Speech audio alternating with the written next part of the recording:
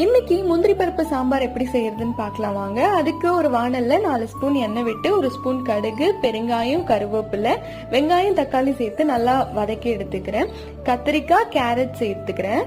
இப்போ துவரம் பருப்புல ஒரு தக்காளி, ஒரு பூண்டு சேர்த்து 4 விசில் விட்டு வேக வச்சு எடுத்து வச்சுக்கிறேன். அந்த தண்ணியை மட்டும் ஆட் பண்ணிக்கிறேன்.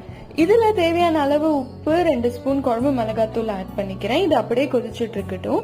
பருப்பை நல்லா கடைஞ்சி எடுத்துக்கலாம். பருப்பு நல்லா கடைஞ்சாச்சு. இப்போ நம்ம தாளிச்சதை பருப்புல எடுத்து ஊத்தி கொதிக்க விட வேண்டியதான். இந்த நேரத்துல நான் மாங்காய், முருங்கைக்காய் ஆட் பண்ணிக்கிறேன்.